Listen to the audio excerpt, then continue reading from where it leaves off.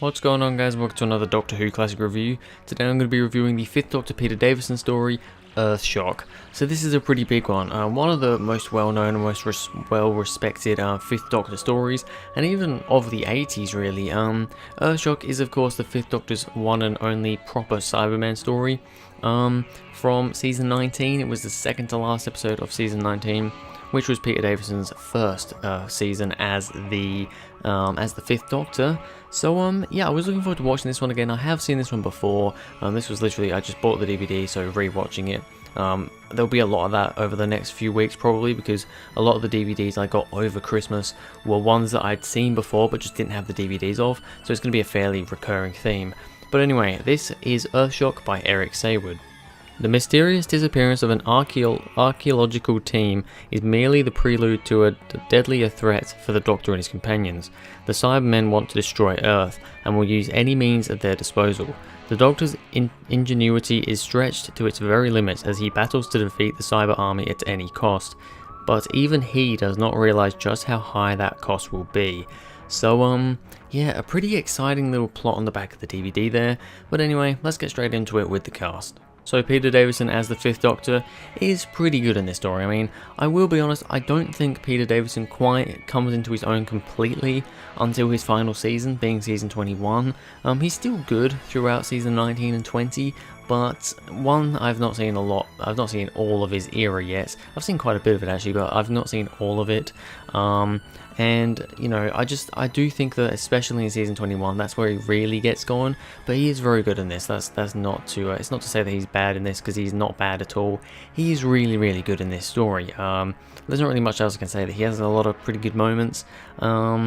Yeah, I mean, what else am I going to say? I'm going to try and not talk about the cast too much in the future, because I feel like I stay on that for a bit too long sometimes. I can maybe cut down on these videos a bit more.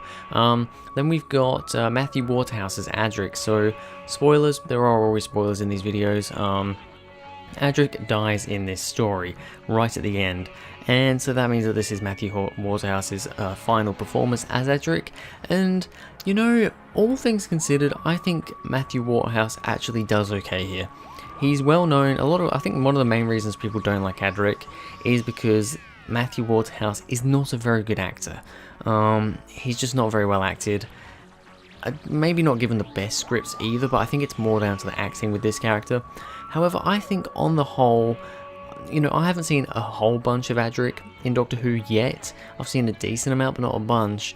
But I think this was a decent performance for his last performance, all things considered. Definitely wasn't his worst anyway. And I mean, those last moments, which we'll get to in a bit. But yeah, altogether, I honestly think Matthew Waterhouse did pretty well in this one, all things considered.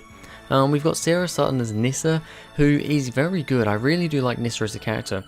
I just do feel like she's a bit left behind in the story, which once again we'll get to later. But yeah, I think this happens quite a lot with Nyssa. She kind of gets shoved away in the TARDIS quite a lot. They didn't really know what to do with her.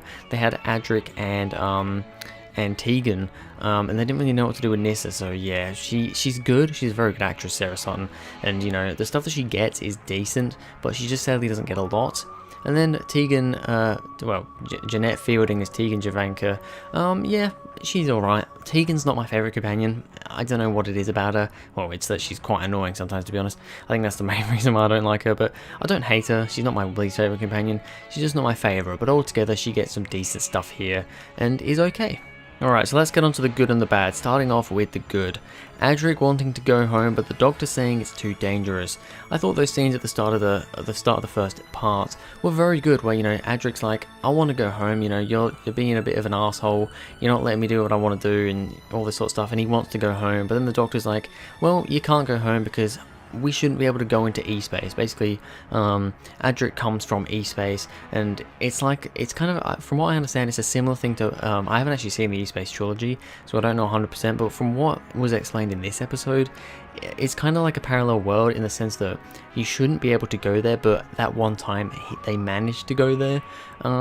But, you know, Adric's like, no, we can go there, and the Doctor and Adric have this big argument, and I think that's just a really interesting moment. It really sets up everything that happens to Adric in this story, and, you know, really gets your emotions going at the end when he does finally die. So yeah, I thought that was really cool stuff. I thought the androids were pretty cool. A fairly basic design. I mean, they don't have any facial features or anything. They're just these black kind of silhouette-like android creatures. And yeah, I mean, they're pretty cool. They don't have a lot to them, but I think for what they were pretty good. I like the guns on their hands, that was pretty nice. So yeah, I mean, you know, they weren't in it that much, but for what they were doing, you know, kind of being the Cyberman's henchmen, I suppose, yeah, they worked in that. The reveal of the Cybermen, it's one of the most well-known and best cliffhangers in Doctor Who. Now, given if you haven't seen Earthshock before, and you watch it for the first time after buying the DVD, it doesn't really work, because you've got a Cyberman right on the front. I mean, bloody hell, look how big it is. There's a Cyberman on the front of the DVD, which takes up literally half of the cover. So you're kind of expecting there to be Cybermen. However, back in the day, when, you know, they didn't know what the main villain of the story was going to be, and then all of a sudden it's just the Cybermen. The way the music, you know, the way it like pans into the Doctor's face on that monitor thing they've got going, the music is great. Can I just say as well, I'm not 100% sure if this is a new Cyberman theme, but it's not the one from like the moon base and that. I haven't seen Revenge of the Cybermen, so I don't know if it changed there, but is it just me, or is this a new different theme for the Cybermen? It's definitely different to, you know, the moon base, Tomb of the Cybermen and all that. But yeah, I really like that, and just the moment where the Cybermen are revealed, even now that I know that, you know, the Cybermen are in this story, it's still just a really, really well done scene. The Cybermen looking at the Doctor's past encounters with them, you know, once again talking about that kind of red monitor looking thing that they have, they kind of look back on, you know, times that the Cybermen have been with the Doctor and the Doctor has defeated them. Now, these Cybermen aren't, I always get a bit confused. I haven't written any of this down, but you know, you've got many different versions of Cybermen.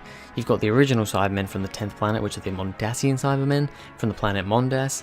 Then you've got the Cybermen from I don't know which ones are from Telos. Is it other I can't. Which ones are from Telos? Whichever ones are from Telos. It was in one of the second Doctor stories. I don't know if it's Tomb. I think it might be Tomb of the Cybermen, the Telos ones. Maybe the moon-based ones. I can't remember. But you've got them as well, which are a different kind of race of Cybermen, I suppose. I don't know which ones these are. I can't remember if these ones are the Telos ones or the Mondas ones. I think they're the Telos ones. No? I don't know. I'm not 100% sure. But basically, they obviously know of the other Cybermen anyway, because, or maybe they're all just the same thing, they're just on different planets. I don't know. But, you know, they go back and they're looking at all these defeats that they've had, and the Doctor, you know, you've got the first Doctor, you've got the second Doctor, and you've got the fourth Doctor. I just thought that was a really nice little reminiscing moment that worked very well. Where are we looking? The Cybermen shooting their way to the bridge, I thought was really cool. You know, there's the people on the ship that have like the barricades up, and the Cybermen are just shooting their way through, just, you know, barraging their way through. I thought that was just a really cool action scene, you know, going up the staircases and stuff. That was really cool. And the Cybermen, you know, walking down the hallways, when, you know, you've got like the security camera and you just see an army, and it is actually an army of Cybermen walking towards the cameras. That is some terrifying stuff, and done very well, shot very well. Yeah, the Cybermen that the Doctor traps half, the Cyberman that the Doctor traps half in the door, I thought that was really cool, you know, the way they kind of put the shields up or whatever it is, when the Cyberman's about to bust through the door, and it kind of, just the way it looks, you know, it's like half melted into the wall. I think that's just a really nice little, it's not really an effect, I don't think it was an effect, but, you know, a nice little prop sort of thing that they did there. That was nice. The freighter is what killed the dinosaurs. Yeah, that was an interesting thing. I was actually, because I haven't seen this story for a while, I've seen it a couple of times but not for a while, and when at the start of this episode in part 1 they were talking about the dinosaurs, I was kind of wondering, is this just a thing to kind of, you know, just build up the suspense? Because I mean, it did that very well, but I didn't realise that it actually kind of came full circle. You know, they were talking about, the Doctor was like, you know, everybody says that a meteor killed off the dinosaurs, but nobody's 100% sure. The Doctor wasn't 100% sure. He's like, I'd love to go back at some point and, you know, see what it was. Well, it turns out that it's the freighter, that the Cybermen were going to crash into Earth. Yeah, that's what ended up, they were going to crash it into Earth when there's people there, but the Doctor manages to do some jiggery-pokery, timey-wimey stuff, and make it so it crashed into the Earth 65 billion million years or whatever earlier, which ended up being what wiped out the dinosaurs. So I thought that was a really cool little thing there to add in. And then finally, Adric's death is actually sad, and I say it like that because, yeah, Adric, not the most liked character by me or any Doctor Who fan from what I've heard, but his death was just done really well. I thought, you know, the moment where he's like holding onto his onto that rope, and he's like, I guess I'll never know if I was right, and that's just such a sad moment. It's like, you know, just looking at his face as it crashes into the earth. That's just a really emotional moment. And then after that, you know, the music plays, the sad bit of music, and then you've got the Dr. Tegan and Nyssa all being sad in the TARDIS, and then the credits roll and there's no music. Really, really good. Alright, so there's really only one thing bad I want to say about this episode, and to be honest, it's not something that I can really mark it down for. It is that Nyssa is just in the TARDIS all the story. She comes out at the start, but then she gets shoved straight back in the TARDIS for the rest of the story. Like I said, they do this quite a lot. The other story that I've seen where I can think about where this happens is Kinder. She gets just stuffed in the TARDIS for the whole time because they don't know what to do with her. And for some reason, they think we have too many companions. Let's just get rid of Nyssa for the story. So that seems to be what they do here. It doesn't bother me too much here because she does at least have some stuff to do in this story, especially in part 4. But altogether, she does just get stuffed in the TARDIS again. So, Earthshock, as you can probably tell, I do really like the story, and it is a classic. So for a rating, I have to give it a 10 out of 10. I mean, it's a nostalgic story for me. It's just a really well executed story. It's probably, this and Caves of Androzani are probably the only two 10 out of 10s for Peter Davison's era. Obviously I haven't reviewed them all yet, so I don't know that yet, but I have a feeling that will probably be the case. But yeah, this one is, I don't think this is quite as good as Caves of Androzani, but it's still very, very good, and obviously good enough to get a 10 out of 10. But anyway, that's going to be it for this video, guys. Thank you very much for watching. If you enjoyed, please go ahead, like and subscribe, and I'll see you guys in the next video.